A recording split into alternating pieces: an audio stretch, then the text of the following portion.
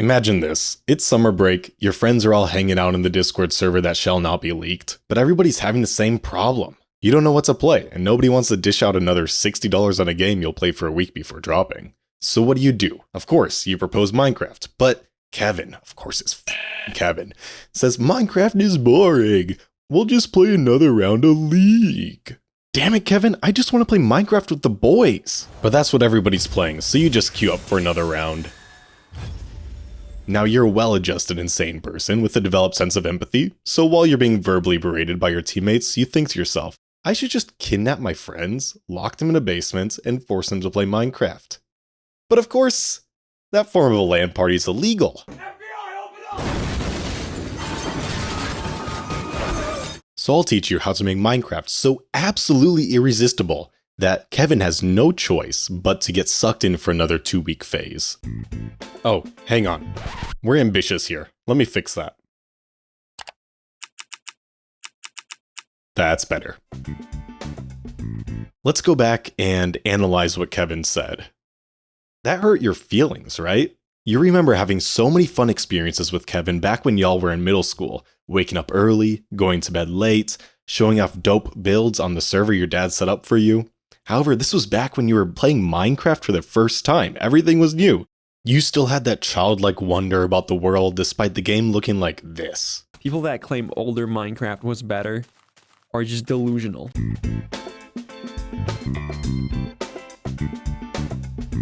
Do you remember that first night? Remember how many times you failed before getting a basic shelter settled? Remember finding your first village or crossing your first ocean to find completely new biomes? How about that overwhelming feeling of pride in yourself when you built your first working redstone contraption? Or when you defeated the Ender Dragon for the first time and had more XP than you knew what to do with? Those experiences stuck with you because they were prominent, influential, and novel. Nowadays, you know not to dig straight down, you know how to strip mine for diamonds, and there's even a recipe book baked into the freaking crafting screen. To you and Kevin, Minecraft is nothing but a solved game, where nothing is new and the only thing that could end your run is Kevin punching you off of a cliff. Wait, what? Kevin!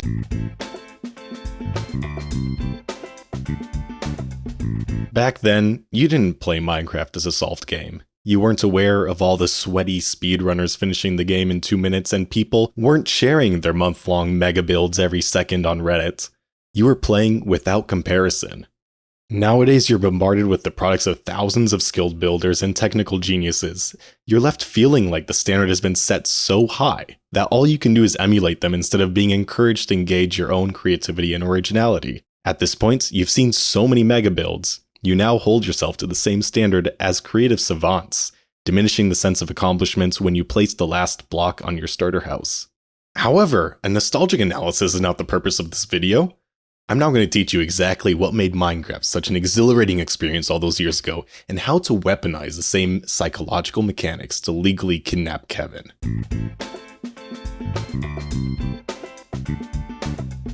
I hate to break it to you, but the reason why all those early experiences in the game stuck so well with you is because of dopamine.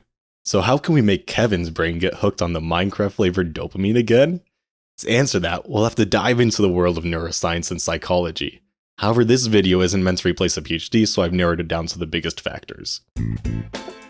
Achievement refers to the little dings and check marks you receive after accomplishing goals set by the game. These can be standalone, but the most effective come with a reward. Rewards can be new gear, making a number go up, or just unlocking more content for progression. This factor is referencing the sense of what's going to happen next, or I've never seen something like this before. It can be achieved by adding new mechanics, items, storylines, but it's mostly done with the combination of all three plus a couple other items. So yeah, those crazy brainiac psychologists say that we're social creatures, but so what? I spend all day in my bedroom talking to no one except for a microphone and a camera. Well, maybe not the camera, this is faceless, but whatever. However, that is why in single-player games, people tend to form emotional connections with characters or characters in TV shows. This one's pretty obvious, so I'm not going to go super in-depth in it, but social connection in multiplayer video games specifically is what creates sticky players. The last factor we're going to talk about, and arguably the most important, is frequency. This one just references the frequency of dopamine hits. Not everybody is built for months-long grinds in video games, so frequency, especially in the early game, is super important to be considered. Now, we've covered all the basics, so what options do you have to tick those psychological boxes?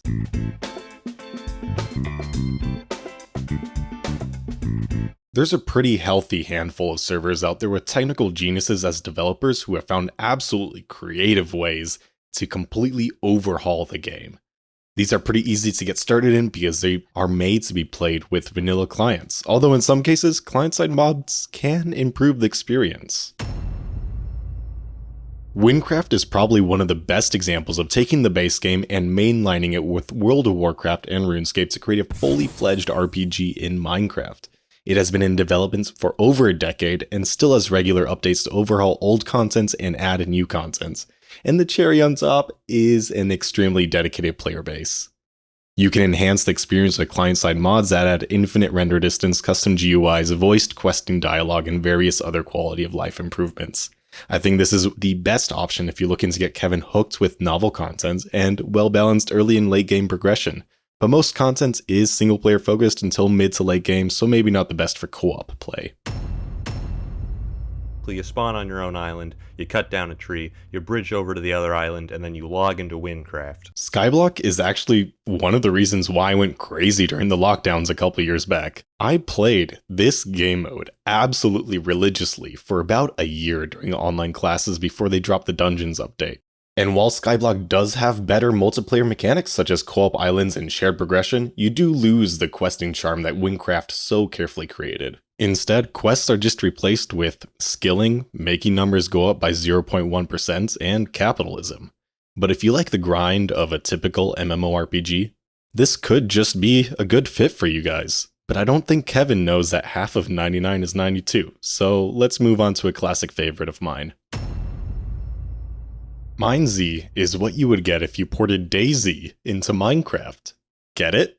Cause like the Z is shared and there's zombies. Whatever. I recently did a revisit of this game mode on the Shotbow network and was pleasantly surprised to see that it was still online. They even updated the game to include mini quests and dungeons.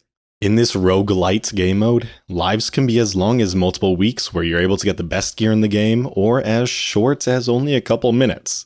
As you move north on the MineZ map, you'll encounter stronger zombie variants, better loot, and so many charmingly post-apocalyptic builds. Just look at this thing. The game mode is designed with both solo and co-op play in mind, so pretty much all of the content is compatible with and even more enjoyable with friends. Even though this is one of my favorite full conversion servers, this game mode was released in 2012. That's 13 years ago at this point, so the community has significantly diminished over the years. And we all know Kevin. He's a dopamine gremlin and needs instant gratification all the time. This one is more of a slow burn with a lot of distance between points of interest and little to no overarching storyline. If you're still not sure about the servers that I mentioned, or you just want recommendations for other servers, I highly recommend you check out Looney. He has amazing video essays that just dive real deep into this kind of gameplay. Now, maybe a public server is just not for you and you want something a little bit more private with a higher degree of control. You can try creating your own server, of course. While the polish may not be as high, you will have the ability to curate the experience to your tastes. Of course, we won't just do a vanilla server, as we already established, that is boring. I will be focusing on a couple options that I found that might be good fits for dopamine hijacking purposes.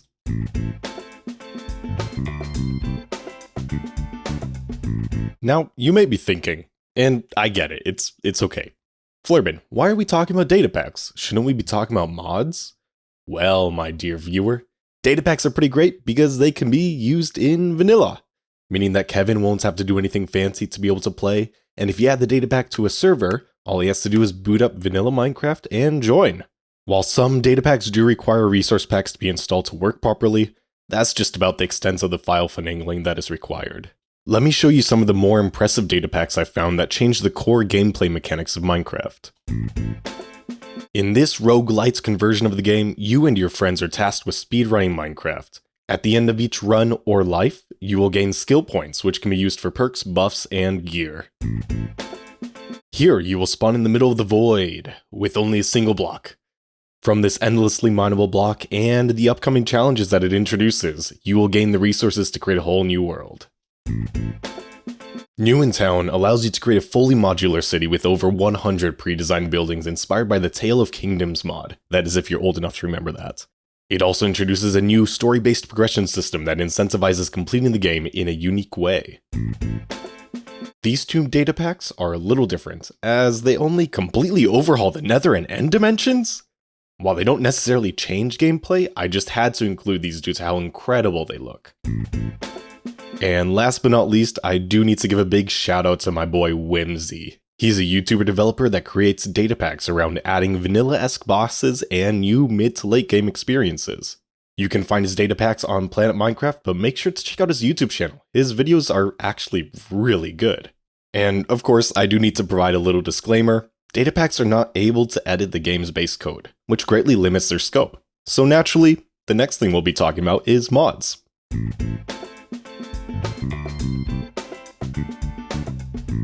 It's time to bust out your favorite mod loader because we're talking about mods. The easiest thing you can do here is just yoink an existing mod pack. Since we want to maximize the psychological factors that get the dopamine factory pumping out happy chemicals, you'll have to be careful with your selection. Let's take, for example, all the mods. This mod pack adds a ton of different contents to the game, ticking the novelty box, and has a robust quest book that ticks the progression box, but also lacks clear direction, making some players feel lost. Avoid kitchen sink packs like this, that just match a ton of different mods together, unless that kind of thing is your bag, baby. You'll want to focus on mod packs which have specific creative directions, be it technological advancements, exploration focused, or challenge based. I'll put a couple really good examples of what I like to see in a player direction focused mod pack on the screen right now, and I'll also include links to them in the description, but these are different flavors, and you can kind of pick and choose and try different ones out based on what you like or what Kevin might like. But let's say you're thinking, this is too easy. I want to make things a little bit more difficult for myself. Not only are you choosing to host a modded Minecraft server, but you really want to. I'm going to give you a huge piece of advice here. One thing you really need to watch out for here is friction.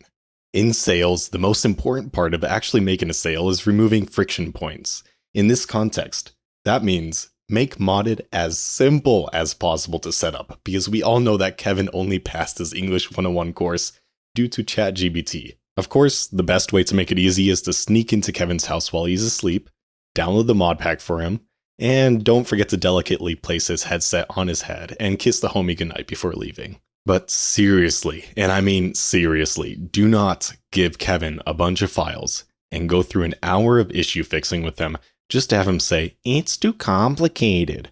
And before you know it, he's already queuing up another League game.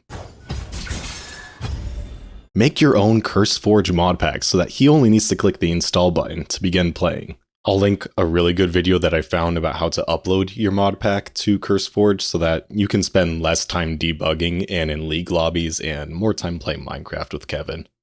Or, if you're an absolute sadist and hate your friends, you could just go with GregTech New Horizons. That way, they'll develop a special kind of Stockholm Syndrome.